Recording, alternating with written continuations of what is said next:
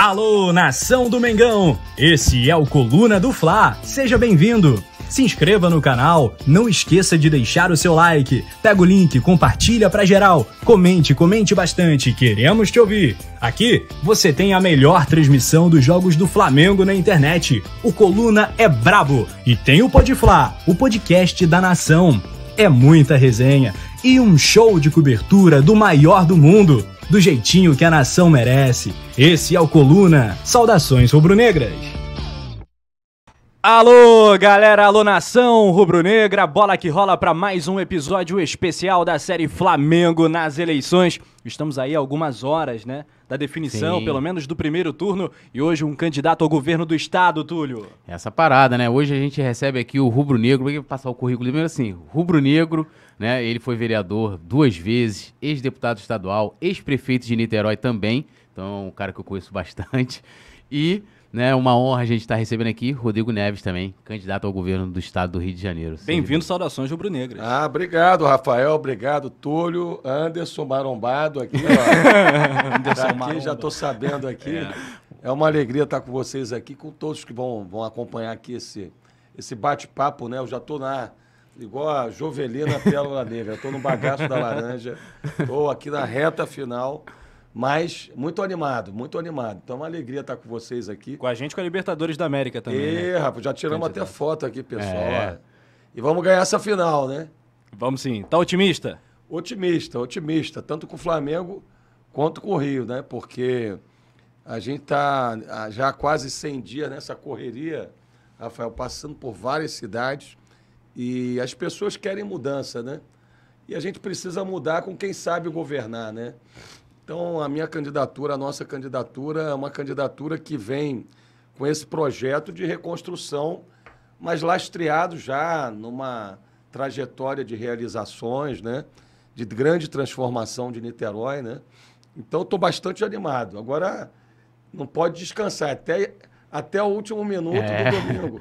Tem que fazer igual o Flamengo, tem que lutar até o último minuto do jogo. É isso aí, até o final tem jogo, né, galera? Deixa o seu like, compartilha aí o vídeo. Deixa o seu like. Essa super live aqui, né, com o Rodrigo Neves, candidato do PDT ao governo do estado do Rio de Janeiro. E olha, pessoal, manda sua pergunta também. Pra começar, coluna do Fla, é claro que vamos pro esporte, inicialmente. Quais são suas propostas pro esporte, caso você venha a ser governador? Olha, Rafael, o esporte é uma ferramenta muito importante para a inclusão. Eu acredito muito, né? Niterói tem muito assim a ver com o esporte, né? Quem é de Niterói e as pessoas que não conhecem Niterói, mas que visitam, quando chegam em Niterói no final de semana, a cidade é uma grande academia ao ar livre, né? Então, muita gente andando de barco à vela na Baía de Guanabara, muita gente andando de bicicleta, muita gente jogando futevôlei na praia. Niterói tem essa característica. Esportes naturais, né? Tá na veia da cidade. Vida, né? E é isso, o esporte tem a ver com a qualidade de vida, tem a ver com a autoestima. E eu acredito muito no esporte como um instrumento de inclusão, né? Então, eu sempre falo isso, e eu vi isso acontecer no concreto, né? Tem um bairro de Niterói chamado Caramujo, que é um dos bairros mais violentos e mais pobres de Niterói. E aí eu fiz vários investimentos lá, vários projetos, né, de reconstruir CIEPs que estavam abandonados, investindo em saneamento e tal. Mas aí a gente fez lá um projeto aonde ficava o bunker ali do crime organizado, do tráfico, e a gente construiu uma grande Vila Olímpica, um grande complexo esportivo. E hoje você tem 27 modalidades esportivas, desde o skate, passando pelo futebol, passando pelo tiro, o arco e flecha, né? E você tem milhares de crianças ali praticando o esporte. E depois de um tempo você começa a ver o seguinte: o tráfico está com dificuldade de conseguir mão de obra, porque a juventude na escola e praticando o esporte, no horário alternativo à escola, ela começa a ter uma perspectiva diferente de vida. Então, eu penso que é preciso que a gente faça isso em todas as cidades do estado do Rio.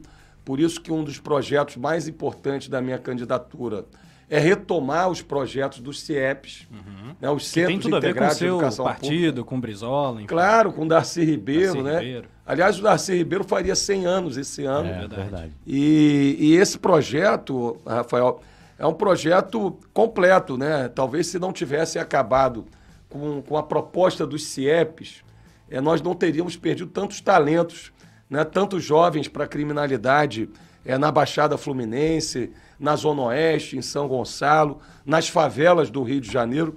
Então, uma das minhas principais propostas é resgatar essa ideia do CIEP. Para quê? Para que a criança possa estar ali fazendo ciências, matemática, português durante o período da manhã, mas à tarde ela tem acesso ao ensino técnico profissionalizante, tem acesso à prática do esporte. Nós temos 1.200 escolas do Estado, não é?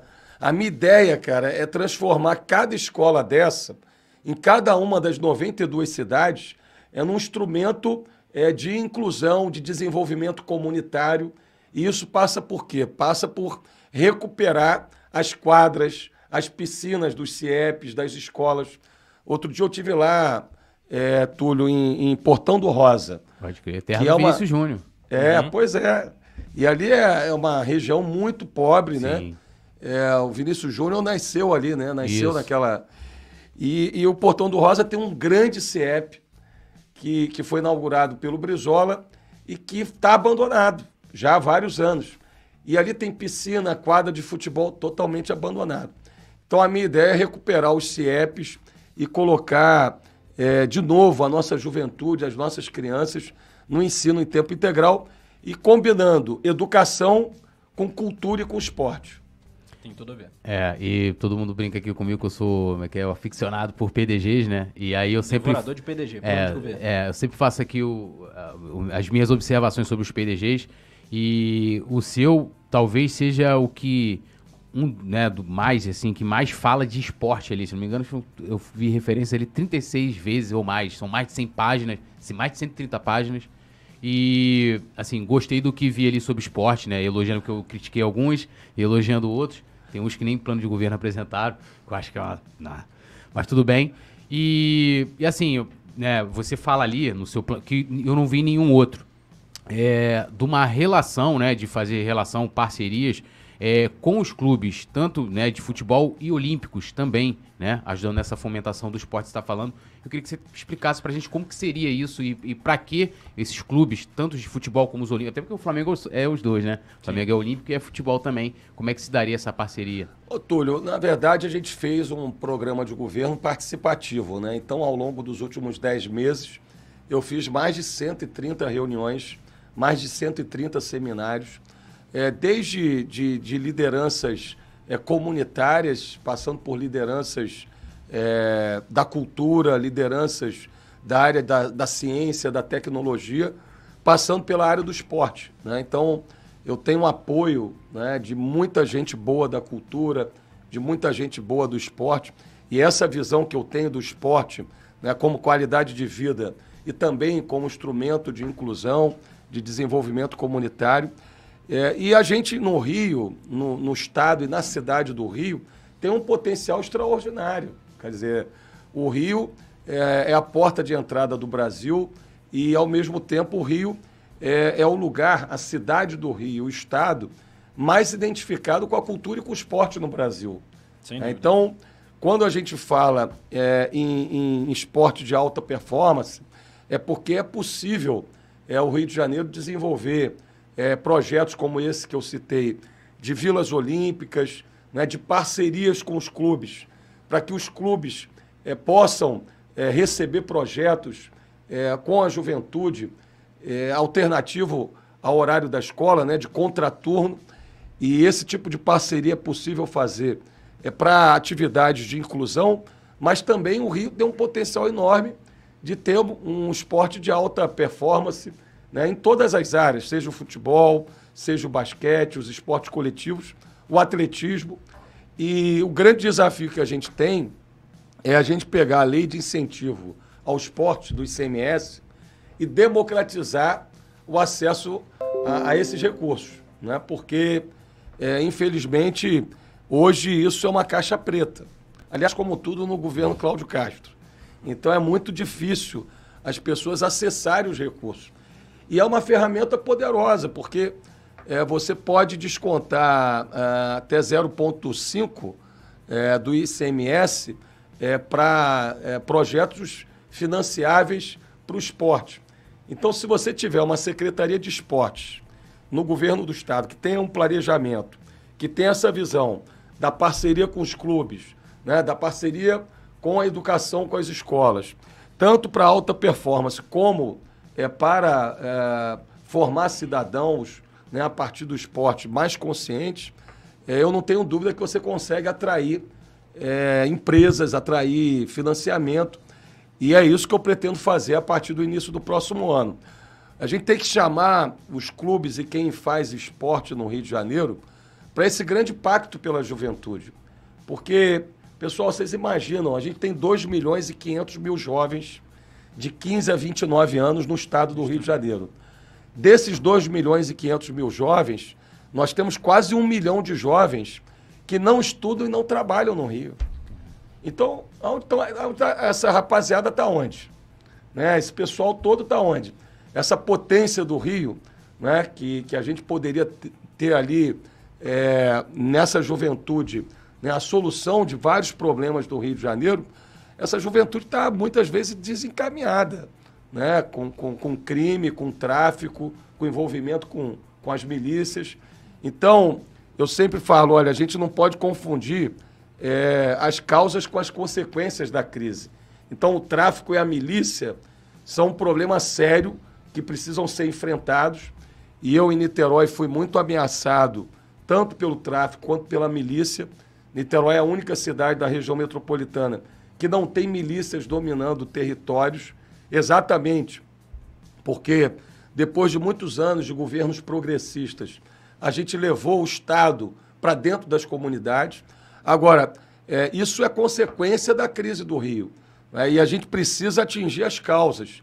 Trabalhar a educação e esporte, sobretudo com foco na juventude, é você trabalhar nas causas da crise e do problema do Rio. Muito bem. Vamos falar então sobre a nossa principal praça esportiva, no principal equipamento do estado e até do país, que é o Maracanã. Né? Tem um novo edital que foi apresentado pelo governo para a concessão do Maracanã. Queria a sua opinião sobre esse edital. A gente já tocou em diversos pontos, né, meio complicados, ali 7 camarotes para o governador, um buffet maravilhoso, diversas vagas de estacionamento, ingressos ali. Sua opinião sobre isso, sobre o edital do Maracanã e a importância desse equipamento para o estado? Olha, Rafael, a gente vai ter que ver logo no início do governo essa questão do edital do Maracanã, porque esse processo ainda não foi concluído. E isso é muito, muito grave, porque o Maracanã é a grande casa do futebol, é a grande casa do esporte, não só do Rio, do Brasil. Né? Eu sempre falo isso. O Rio, quando se fala em carnaval, quando se fala em Réveillon, no mundo, se fala do carnaval e do Réveillon no Rio de Janeiro. Da mesma forma, no esporte, se fala do Maracanã. Então, tem que ser olhado com muito carinho ali, com muita atenção, essa questão do edital. E uma das coisas que mais me chama a atenção hoje no Maracanã, sobretudo depois da reforma, é a dificuldade de você ter um Maracanã mais acessível para as classes populares. O Maracanã tem que ser a casa do futebol, tem que ser a casa do esporte, mas tem que ser a casa do povo.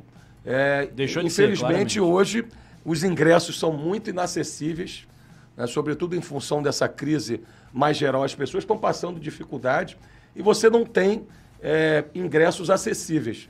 Essa é uma questão que eu vou colocar no edital. Quer dizer, quem ganhar a concessão do Maracanã, claro, eu não sou contra a iniciativa privada, ao contrário, em Niterói eu fiz várias parcerias público-privadas, mas o Estado, né, tem que ter uma regulação e o Estado tem que ir na concessão estabelecer os parâmetros. Né? Então, um dos parâmetros que eu quero assumir aqui com todos os torcedores, não só nós rubro-negros, mas todos os torcedores, porque o Maracanã é a casa do futebol, é que a gente vai garantir ingressos mais populares no Maracanã. Isso é fundamental para que o Maracanã volte a ser aquilo que ele já foi. Né? Quem lembra da Geral, Sim. da Geraldina, e hoje a gente não vê o povão dentro do Maracanã. Eu quero ver o povão de volta do Maracanã. Essa questão dos camarotes reservados do governador realmente é um despropósito, né? Mas eu acho que revela um pouco a natureza desse governo Cláudio Castro, porque ele é um governo que não funciona para o povo, ele funciona para os políticos, né? Não é à toa que a gente está nessa crise da educação no Estado, né? São 5 secretários de educação em 4 anos. Não tem como você fazer um planejamento de gestão com 5 secretários, sendo que todos eles, né, esse último agora, inclusive, foram indicados a partir de um acordão com a Alerj. E aí o cara não entende nada de educação, está lá na área da gestão da educação e, infelizmente, ele está atendendo os interesses daqueles que o indicaram na Assembleia Legislativa e não para fazer um bom projeto educacional para a juventude e para as crianças no Estado. Então, eu acho que esse edital que eles propuseram aí de reservar camarotes para o governador, buffet, tem muito a ver com a natureza desse governo. Então, eu vou rever esse aspecto e, ao mesmo tempo, vou garantir que o Maracanã tem ingressos populares. Essa questão muito interessante, inclusive está até na nossa pauta, né? Porque como eu também vi lá, né? Você falando dessa inclusão social das pessoas por meio do esporte e o Maracanã com certeza tem tudo a ver com isso. E, né, você falou, né, essa questão que envolve grana, né? Você vai... e aí, lógico, isso tudo vai ter que ser conversado, como que seria feito, né, para incluir essas pessoas hoje que estão afastadas do Maracanã. Mas, olhando hoje, a gente está com um problema tão grande que o edital ele vem deixando a direção do Flamengo muito descontente, que o clube... até a gente entrevistou aqui o Marcos Braz, ele deixou isso claro ontem, né? Até fiz a pergunta, mas ele não respondeu diretamente, mas deixou claro que hoje as energias do Flamengo são muito maiores para construir um estádio do que... O apetite, o interesse é muito maior construir o estádio do que, vamos dizer assim, gerir o Maracanã.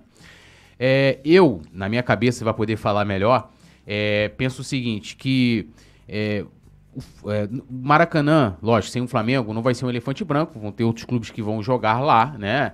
Mas eu acho que perde, primeiro, em atração, né? O jogo do Flamengo, não quero desmerecer nenhuma outra equipe, mas o jogo do Flamengo sempre é uma atração na cidade, né? Ainda mais dependendo de como uma final de campeonato, né? A torcida, né? O fato de, né, ir ao jogo...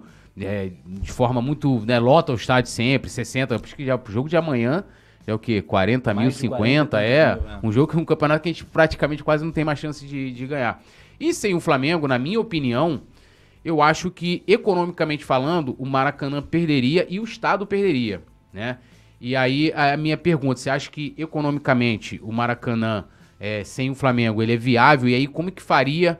Porque o Fluminense pode alegar, vou usar o exemplo aqui rapidinho, sei lá, fala assim, olha, governador, o Rodrigo, você, tá pedindo aqui, colocou no edital aí pra gente incluir as pessoas aqui, de baixa renda e tal, mas, a gente tem que pagar, não tá conseguindo, tem a manutenção no Maracanã são 2 milhões de reais por mês. Como é que seria feito isso aí? Ô, Túlio, a questão do Rio é que tá faltando um projeto de desenvolvimento pro Rio, tá faltando gestão. Quando eu assumi Niterói estava quebrada, né? Mais de 1 bilhão de dívida. Eu organizei a cidade, fiz um plano estratégico e a cidade hoje é uma cidade... Eu paguei 1 bilhão de reais de dívida, deixei 1 bilhão e 500 milhões de reais para o meu sucessor, né, que é o irmão do Torben, do Lage, que é o Axel Grael. Então é possível você fazer. O Rio tem uma potência, gente. O problema é que o Rio não tem um projeto, quer dizer, você tem como desenvolver várias atividades econômicas que ainda persistem no Rio, né, na indústria, no serviço, mas eu penso que o entretenimento, o esporte, o turismo, a economia criativa são muito fortes, muito potentes, que se tiver um governo que funcione, que tem gente certa, né, gente séria, né, gente correta nas áreas da administração, ninguém segura. Então, eu acho que o Maracanã, claro, o Flamengo é muito potente, é um ativo, né, e não é um ativo só da torcida do Flamengo, não é um ativo só da cidade do Rio ou do estado do Rio, é do Brasil, né, uma das maiores torcidas do mundo. Então, o Flamengo realmente seria uma parceria muito forte. Agora, eu acho que também cabe para o Flamengo ter um estádio. né? Como as grandes torcidas, os grandes times do mundo têm um estádio que conta a história do time, né? Que faz a memória do time, que é a casa do time, que forma pessoas para essa economia criativa, para essa economia do entretenimento, do esporte. Eu acho que o Flamengo pode, evidentemente, estar atuando no Maracanã, mas eu sou muito fã do projeto do estádio do Flamengo. Para mais de 100, 120 mil pessoas. Eu era prefeito em Niterói e o Caio Martins, infelizmente, está abandonado lá pelo governador Cláudio Castro, completamente abandonado no coração de Niterói. E o Flamengo já estava pensando em fazer o estádio. Eu não sei se vocês se lembram, uns 3, 4 anos, chegaram a me procurar lá para fazer ali no caminho Niemeyer. Eu lembro. Nas margens da Baía de Guanabara, tem um terreno lá da prefeitura. E aí foi falado, e eu, como flamenguista, como rubro-negro, já estendi o tapete vermelho e preto. Imagina o seu entusiasmo, né, à época. Estendi o tapete vermelho e preto, porque tinha tudo era um terreno num local muito bom. Mas eu acho que esse projeto do gasômetro, ele é muito interessante. Eu tenho conversado isso com o Eduardo Paes, que tem esse defeito de ser vascaíno, mas é meu amigo e eu serei o governador de todos os cariocas e fluminenses, inclusive os vascaínos, mas o Eduardo está muito animado com isso e eu vou apoiar esse projeto. Eu vejo com muito bons olhos, porque ele ajuda a revitalizar uma área da cidade do Rio. Que está abandonada. Você vai ali de noite no gasômetro, gente, é um deserto. E ali você vai ter ali uma integração do sistema de transporte com VLT, com ônibus. Então, eu acho que é uma área que tem tudo para ser revitalizada a partir desse projeto. E eu, como governador, vou trabalhar com o Flamengo e com o prefeito Eduardo Paes para tirar esse projeto do papel. Eu acho que comporta, junto com o Maracanã, um estádio do Flamengo. Eu acho que comporta, porque o Rio de Janeiro, a partir de janeiro, vai bombar, rapaz. Você pode ter certeza. Nós vamos dar uma virada no Rio, uma virada.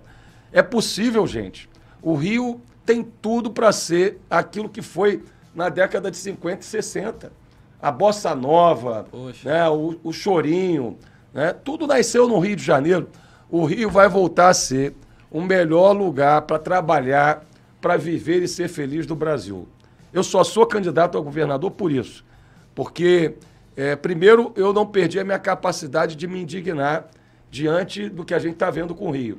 E segundo, porque há 10 anos atrás, Rafael, eu via essa situação em Niterói, que tinha sofrido aquela tragédia do Bumba. Sim. E aí eu andava nas ruas, na campanha, as pessoas não confiavam, não tinham esperança.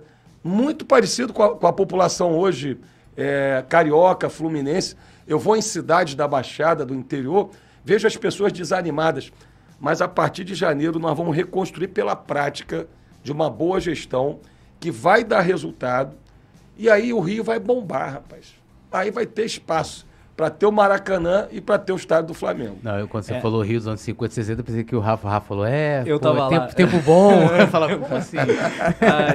Mas, assim, até um comentário em cima disso, o Rio é uma das poucas cidades que tem 4 times muito grandes, na cidade mesmo. Acho que só Londres, Buenos Aires e Rio tem isso, né? O Santos em São Paulo na capital. Claro. E existem 6 estádios em Londres para mais de 40 mil pessoas. O Rio só tem o Maracanã e o Engenhão. Então cabe na cidade do Rio um estádio nesse porte. Agora tem que ver o que faz com o Maracanã, né? Eu não tenho dúvida, Rafael. Agora, é isso. Nós temos que criar um ciclo virtuoso, né? Eu vou dar um exemplo aqui para vocês que não tem a ver com o esporte, mas que é uma coisa interessante. Eu fiz um projeto para transformar Niterói num cluster que é um polo de saúde de alta complexidade. Um cluster foi muito bonito, hein? Candidato, parabéns. O Rafa, ele gosta esses termos em inglês, eu não curto. Tem isso no futebol, hat-trick, né? Hat-trick, como é que é? Clean sheet, clean sheet. Você passa o jogo sem tomar gol. Eu não gosto desse negócio, não. Tanto que o pessoal... Mas o que é um cluster, pra galera que não sabe? É um polo de atividades daquela área ali, né? Então, e aí eu fiz uma estratégia. Quer dizer, a gente investiu muito na área pública, né, no programa Saúde da Família e tal. Mas aí a gente começou a atrair investimentos privados. E hoje a cidade é um polo de serviços de saúde privados, que gerou milhares de empregos para médicos, para enfermeiros, para auxiliares de enfermagens, mais de 20 mil empregos. E não tinha nada há 8 anos atrás, e foi resultado de um planejamento, de uma estratégia. Eu não tenho dúvida que o Rio tem que se tornar, nos próximos anos, a grande referência da economia do conhecimento, né? Da economia da sustentabilidade e da economia do entretenimento. Então, o esporte ele tem um papel muito importante também para o desenvolvimento econômico. Como você disse, vários clubes, né, com dimensão internacional, como tem o Flamengo, e os outros clubes do Rio, Botafogo, Vasco, né, o Fluminense, eles têm uma estratégia que os clubes são um ativo econômico das cidades. Só que no Rio nós temos 4 grandes ativos, né, para além dos outros clubes. Agora, a diferença é que a partir de janeiro vai ter um governador que já tem experiência administrativa e que é torcedor de futebol, gosta de futebol e gosta de esporte. Nós vamos trabalhar muito com os clubes. Dá pra ver que a parte do esporte vai ter um carinho bem especial do Rodrigo. Galera, deixa o seu like, se inscreva aqui no Coluna do Fla. Seu like. Compartilha pra geral esse vídeo aqui. E siga também o Rodrigo pra acompanhar as propostas ali, não só dos esportes. Quais são suas redes sociais, Rodrigo? Sabe de cabeça? Olha, Rodrigo Neves, RJ. Ó.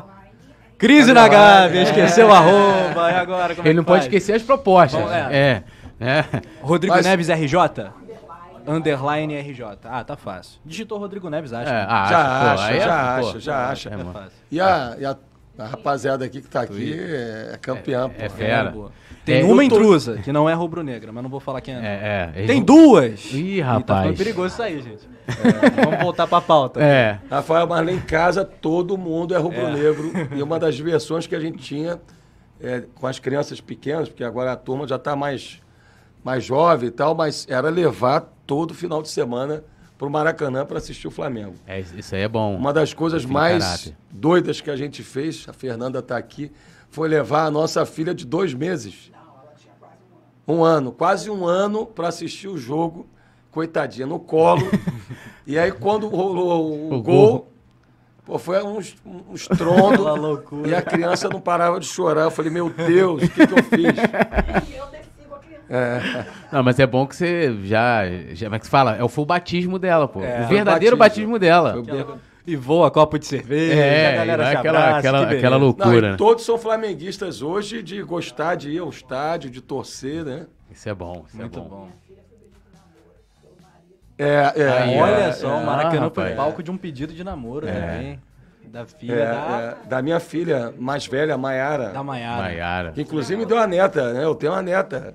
Eu tenho 46 anos, mas já tenho neta, cara. Muito bom. E aí, poeta? Vamos lá, continuando a questão, primeiro eu queria que você, antes de voltar pro Maracanã, mas por que não rolou o lance lá em Niterói, lá do estádio do terreno, lá do Flamengo? Porque eu lembro, eu acompanhei muito de perto isso, e eu conheci uma pessoa que trabalhava na prefeitura, que era uma fonte, e aí ela me passava algumas informações, mas depois a coisa meio que... A coisa foi morrendo, aí chegou a ter mudança depois que falaram muito depois do terreno do Carrefour, mas aquele terreno ali era um valor absurdo, é um valor absurdo, né? Eu acho que ali foi o seguinte, ali seria muito, muito bom, porque é próximo de São Gonçalo, é próximo da Zona Sul do Rio, né? Então, eu fiz pessoalmente, sei lá, umas 3 reuniões com a presidência do Flamengo, com a diretoria. Mas eu penso que o Flamengo, como tem a origem, né, e tem a sede na cidade do Rio, é mais natural, evidentemente, que a escolha ficasse com a cidade do Rio. Então, eu acho que teve uma decisão muito relacionada a essa história do clube na cidade do Rio. E eu penso que o gasômetro vai ser uma excelente solução. Mas... chegou a acontecer reunião de trabalho mesmo, para ver a área, para ver os projetos de engenharia e tal. Mas aí a diretoria tomou a decisão realmente de fazer no Rio, o que é compreensível também. E era o presidente Landim? Não, era o Bandeira. Era o Bandeira. Acho que era o Bandeira. Era o Bandeira. Era o Bandeira. Acho que era o Bandeira. Como é a sua relação com o Landim, se é que existe? Olha, eu não tenho intimidade, né? Tenho um bom diálogo com as direções dos clubes, como tenho um bom diálogo com as diretorias das escolas de samba, mas não tenho intimidade com a direção, com o presidente. O importante é que a gente tenha essa relação, a partir de janeiro, muito mais próxima do governo do estado, com o clube e os outros clubes também do Rio, né? Eu acho que isso está muito claro que a gente tem que fazer, né? Porque o Flamengo é um ativo do Rio. O Flamengo precisa ter mais apoio por parte do governo do estado. Eu acho que hoje essa relação é muito pouco próxima, né? Deveria ser mais próxima a relação do governo do estado com o time. Muito bem. Voltando à questão do Maracanã, a gente tem algumas vamos dizer assim, cláusulas, né, que acabam, vamos dizer assim, desagradando não só a diretoria do Flamengo, mas a torcida do Flamengo também. Além, lógico, do camarote aí, essas propostas, essa questão bizarra tem a questão que tira muito da autonomia do concessionário, né?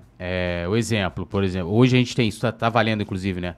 É que se você tiver uma data livre no calendário esportivo, os concessionários são obrigados a alugar. A gente viu acontecer agora recentemente com o Vasco, né? Aconteceu com o Vasco, né? O Vasco tá na razão, tá lá no contrato, né? O Vasco foi lá, a justiça mandou seguir o que está escrito no contrato. Isso continua sendo proposto no atual edital e também agora teve uma mudança que, além de ter essa obrigação de liberar, o locatário, no caso, ele vai pagar, no caso, a mesma coisa que o concessionário, né? Que já é um absurdo. E aí, usando o exemplo, o Botafogo tem um estádio, é do Botafogo, mas pertence à Prefeitura do Rio de Janeiro. O Botafogo recentemente recusou uma proposta do Flamengo, recentemente não, no início do ano, se eu não me engano, para não ceder o Engenhão. E o Botafogo vive se negando, né? Porque ali tem aquela pista de atletismo e tem muita gente que entra em contato ali com o Botafogo, eles se negam. Se eles têm essa autonomia contratual, eu posso não concordar, mas respeito e está dentro do contrato. Eu queria que você falasse como que você vê essa situação, né? Porque hoje o pessoal até fala já, né? Usa o termo que fala assim, você não é um concessionário, você vai ter uma preferência de uso, né? Se você retiraria esse tipo de cláusula, teria no edital, ou você vai também dar continuidade a esse trâmite atual, vai rasgar esse e colocar outro?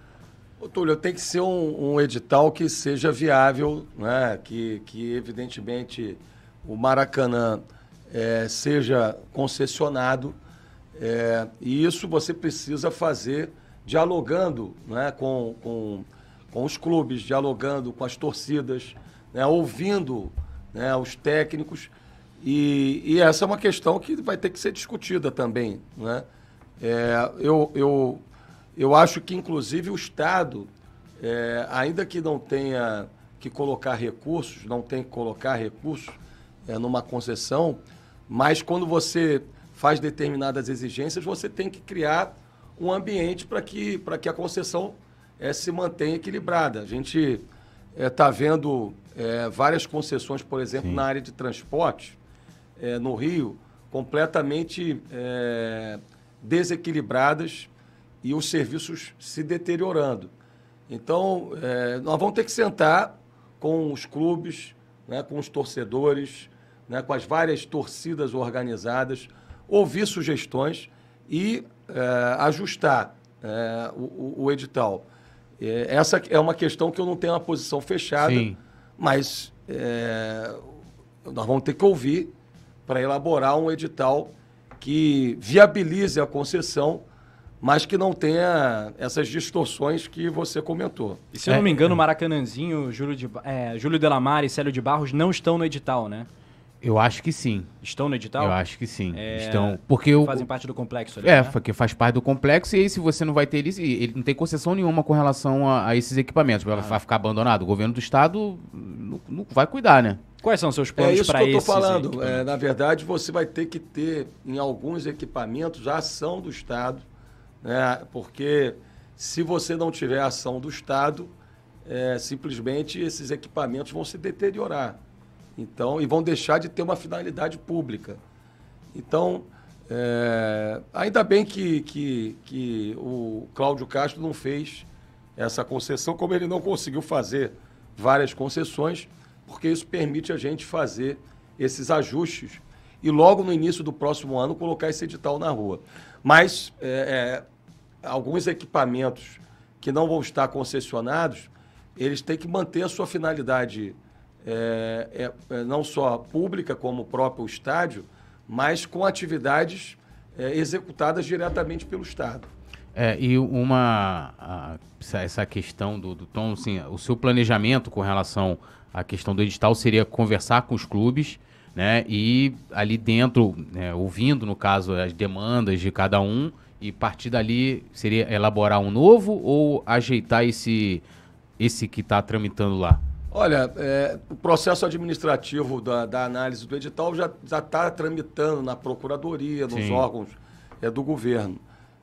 Eu acredito que é possível você aproveitar para não iniciar um processo que vai demorar, você fazer esses ajustes no processo administrativo que está tramitando a partir desse diálogo. Essa é uma coisa fundamental, né, Túlio? O governo tem que ter diálogo com a sociedade. Esse é um outro grave problema no Rio, porque a solução dos problemas não vai ser dada por um governador, por mais dedicado, por mais competente que seja. Isso eu ouvi durante o meu governo, durante os 8 anos do governo. Por mais dedicado, por mais compromissado que fosse o prefeito, as equipes, a melhor forma de você superar os desafios é você envolver a população, envolver a sociedade.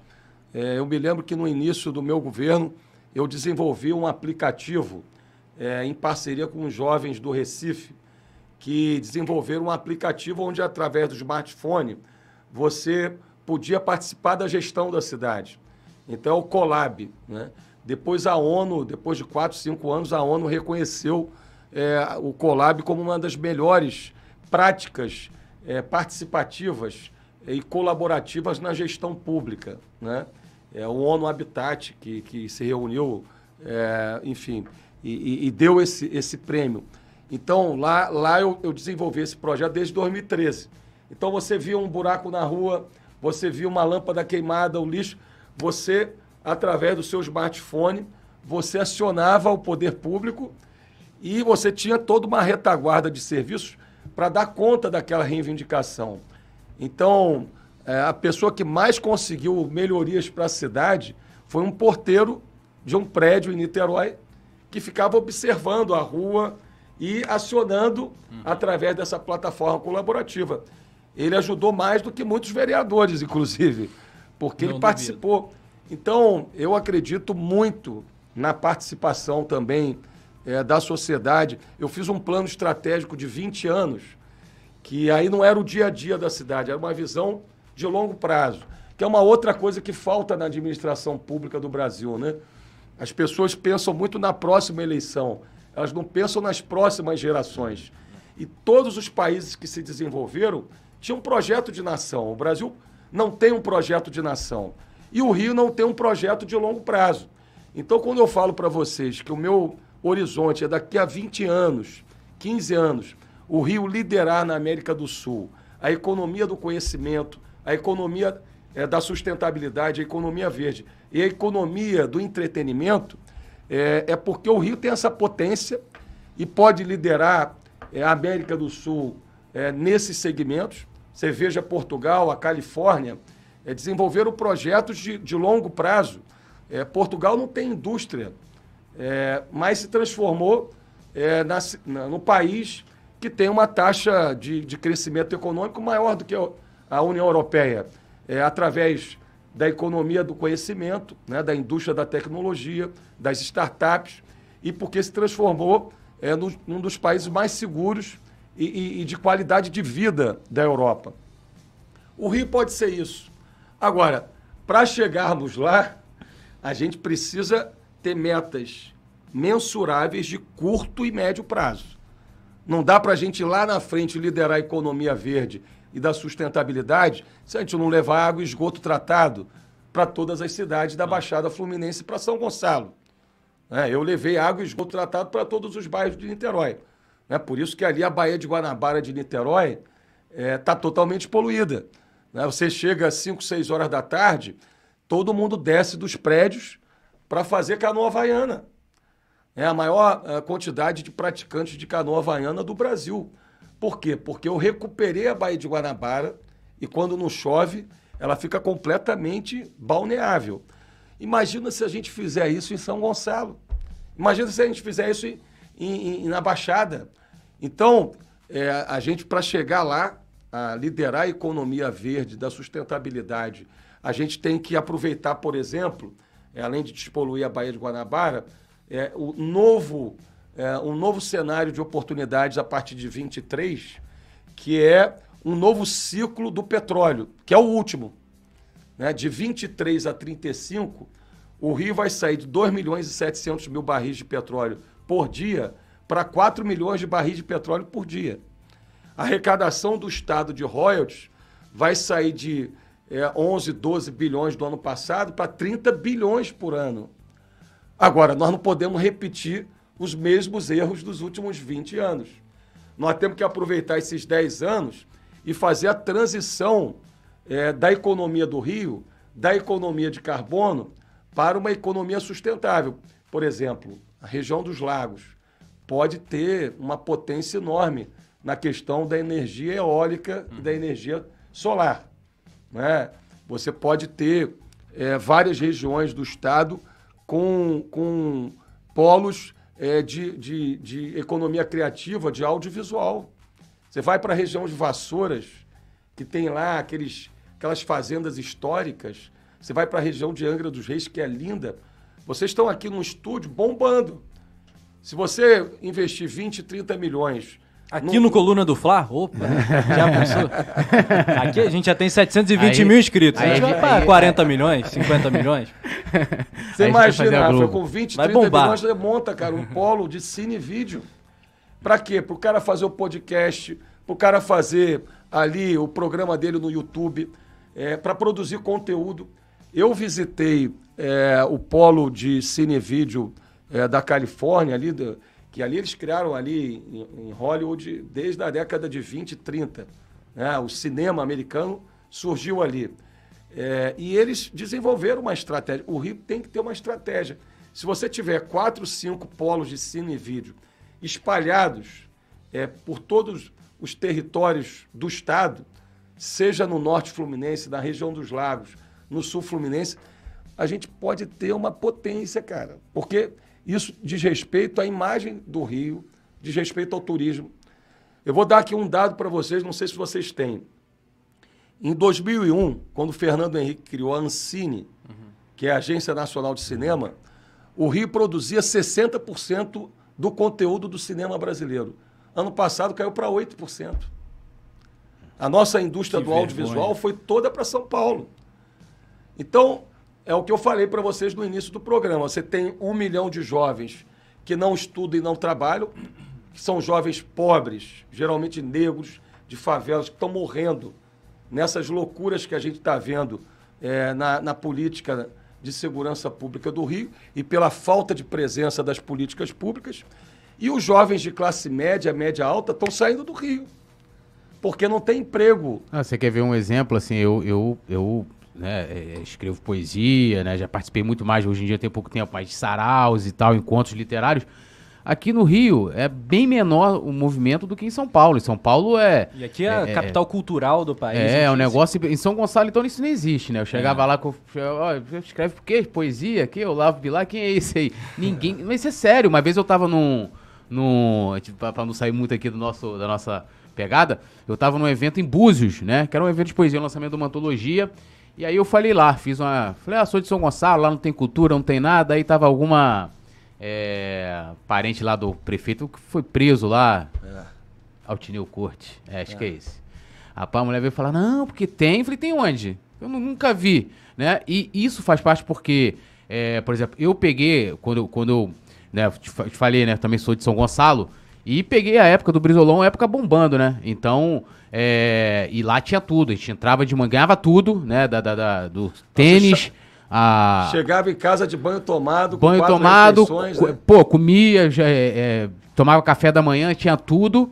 Então, e tinha, né? Os agentes culturais, esporte, né? Pô, e assim, isso salva vidas de fato, porque eu já na escola despertei esse meu interesse pela literatura, né? O gosto pelo esporte, já desde moleque, negócio de Flamengo, então sempre gostei de jogar bola. Então, tudo isso é importante, né, pra você fomentar, porque muitas vezes você pode, como você estava falando, lance de né, impactar gerações, né, não de curto prazo, mas às vezes a longo prazo. E é isso, né? Muitas vezes você planta a semente, que é a política do bem, né? Que por exemplo, eu, assim, particularmente, né, sou muito grato ao Brizola, pra mim, político, pra mim, porque eu vi o melhor do Brasil, assim, porque eu vivi aquilo ali, me precisava, claro, né? Claro. Foi uma época difícil, meu pai e minha mãe separados. Há 30, 40 anos atrás. Você imagina hoje, depois de uma pandemia, onde a desigualdade educacional entre as escolas particulares e públicas aumentou ainda mais, porque na pandemia... No Brizolão, o pessoal acabou praticamente com o projeto, né? Foi o país que as crianças ficaram mais tempo fora da escola e nós perdemos 2 anos. E as crianças e jovens mais pobres não tiveram acesso ao ensino remoto. Então, a desigualdade educacional no Brasil, que já era grande, aumentou. Então, se o ensino em tempo integral era importante há 30 anos atrás, hoje ele é urgente, né? Então, eu não tenho dúvida que para a gente sair dessa situação de crise do Rio, o Estado vai ter que investir pesado em educação. Você não é a favor do Estado mínimo, não?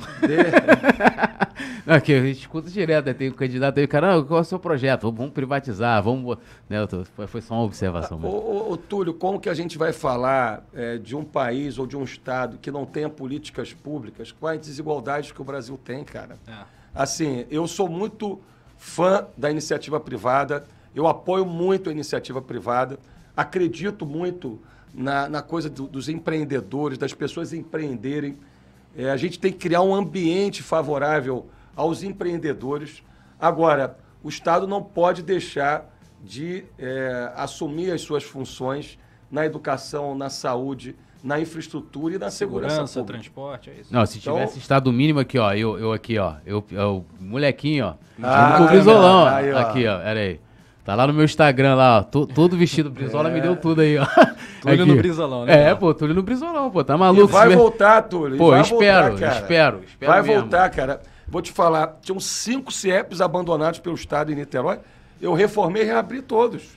Vai voltar, cara, vai voltar. Esse é o projeto do E isso Brizolão, é decisão política. Pô, a política Por isso que do o bem. voto tem consequências, Sim. né?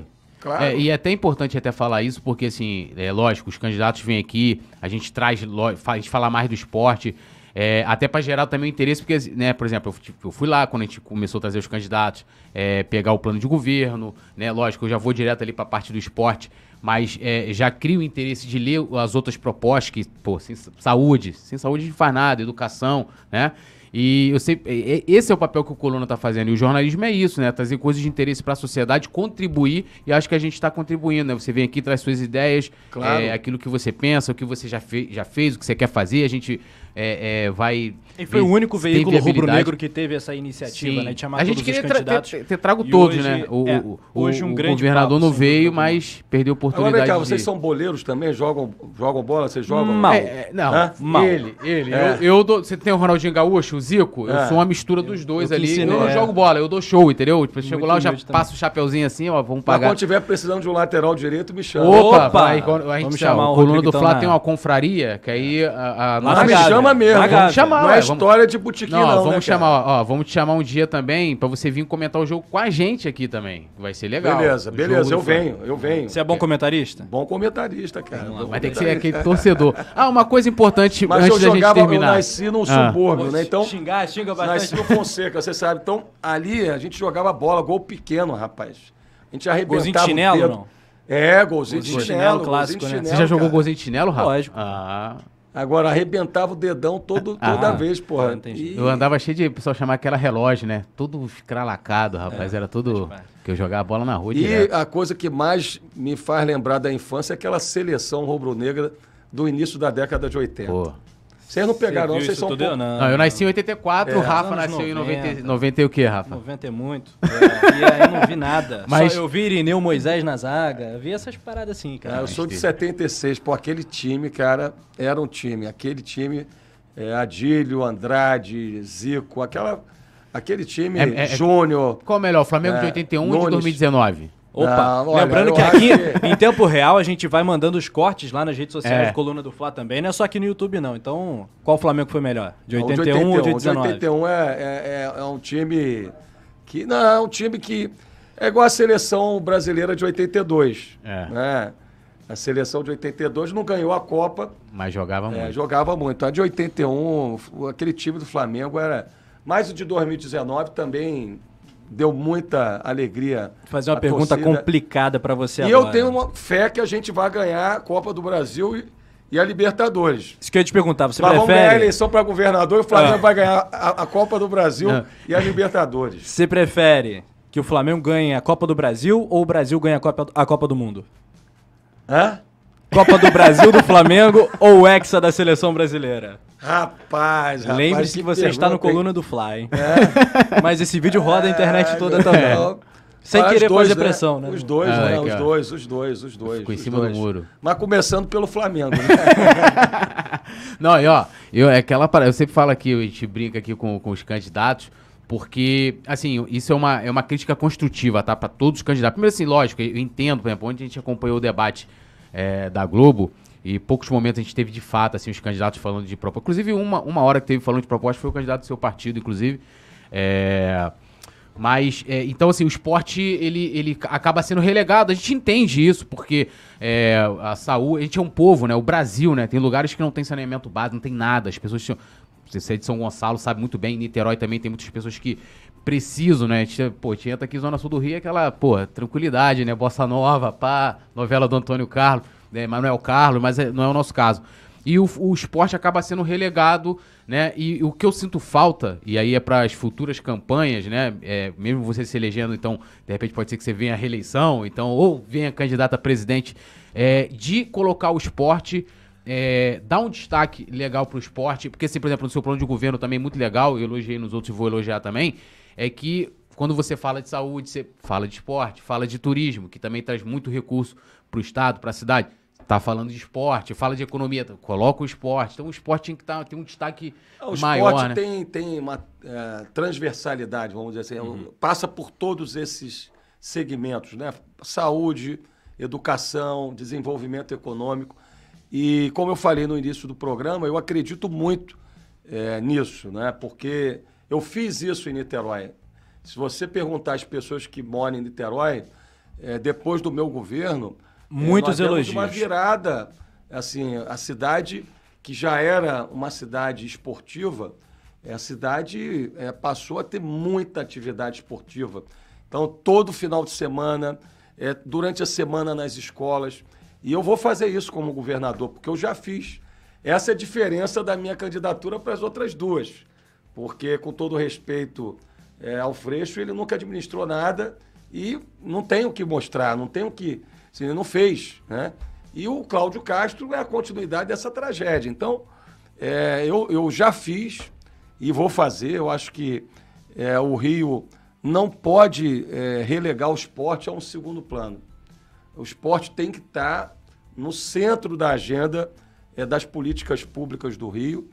E você vai ver, a partir do início do próximo ano vai estar... Vou cobrar, hein? Pode cobrar. Eu sou chato. Pode cobrar. Vai ser um cluster, né? Como é que é? O cluster. Cluster, essa eu gostei. Muito obrigado, Rodrigo. A gente estourou o tempo, né, produção? A sua agenda tá corrida demais, imagino. Como é que tá essa reta final? Olha, primeiro eu queria agradecer a vocês, porque é um momento de leveza, né? Um momento mais foi um papo maravilhoso. A gente passaria Não, e depois, a gente vai te convidar mesmo, a gente vai convidar você, o Freixo também, que são os rubro-negros. Sei que na política vocês são, não juntos, né? Mas a gente já promove um debate, né? Pré-jogo. Pré-jogo. Não, a gente monta um ringue aqui. Os rubro-negros a gente... O debate foi bom, o debate foi bom. Foi bom. Pra vir aqui com a gente também, para que o momento de transmissão, eu espero que o Flamengo, inclusive, vença nesse momento, para você participar aqui comentando com a gente. E antes de você também falar, agradecer a oportunidade de estar aqui. Acho legal, inclusive, o fato de vocês tirarem um tempo para as mídias, né? Tipo, a galera não gosta, mas as mídias independentes, nós somos a maior, né, cobertura do Flamengo independente, é o Coluna do Fla, né? Então, e é um orgulho fazer parte disso. E esse trabalho elogiando o Coluna do Fla, inclusive, a nossa equipe aqui do canal, que a gente trouxe não só os candidatos a governador, mas também vários candidatos a deputado federal, estadual. Também a equipe das redes sociais do Coluna, você vai ver depois aí, bombando aí, o pessoal mencionando pra caramba aí a tua rede social. E a gente acredita que a gente está fazendo um trabalho em contribuição, não só ao torcedor do Flamengo, mas toda a sociedade. E muito obrigado por você ter, né, vindo aqui conversar com a gente. E aquela parada, né? O Rubro Negro, sabe que eu vou cobrar ali, né, se você vencendo a eleição aí. Para você cumprir, principalmente na questão do edital. A gente está acompanhando assim, com a lupa. E estádio do Flamengo também. E o apoio ao estádio do Flamengo, hein? Daqui a pouco começar esse negócio, o Flamengo vai construir o estádio, o Maracanã vai ficar relegado e tal. Eu vou falar, tá gravado, hein, o governador e tal, aquela parada lá. Mas uma honra receber você aqui. E agradecer a sua equipe também, né? A sua esposa, o Léo também. Muito obrigado a vocês aí. O filho também que tá aqui, o Cadu, né? O Cadu, Rubro Negro. Mas foi muito bom, muito legal. E eu queria dizer para vocês o seguinte, eu quero vir aqui como governador.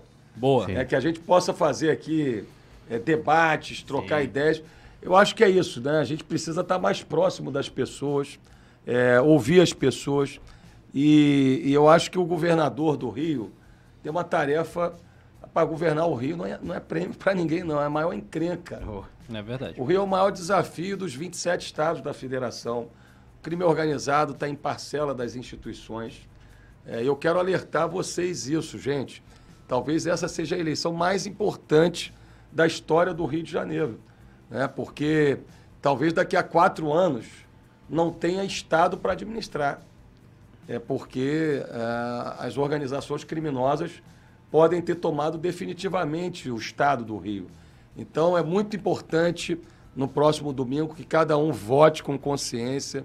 Eu queria chamar a atenção, Túlio, Rafael, Anderson, exatamente sobre a importância de mudar o governo, né? A continuidade desse modelo que está aí, agora agregando as famílias que destruíram, né, a política e a gestão do Rio nos últimos anos. É uma tragédia, né? O Cláudio Castro é a continuidade do Witzel piorada e a necessidade de mudar é urgente. Agora, a gente precisa mudar com quem sabe governar, com quem tem experiência administrativa e com quem tem condições de vencer no segundo turno, né? Porque essa é uma outra questão. O Castro está torcendo para o Freixo no segundo turno, como Crivella estava torcendo, porque a rejeição do Freixo é muito grande e aí no segundo turno fica mais fácil derrotar o Freixo no segundo turno. Então as pesquisas mostram que eu tenho mais condições de vencer os dois no segundo turno. Então eu queria pedir a cada um de vocês aí que entre nas nossas redes sociais, está lá nosso projeto. São mais de 150 páginas. Não dá para ler tudo, né? Mas, se quiser...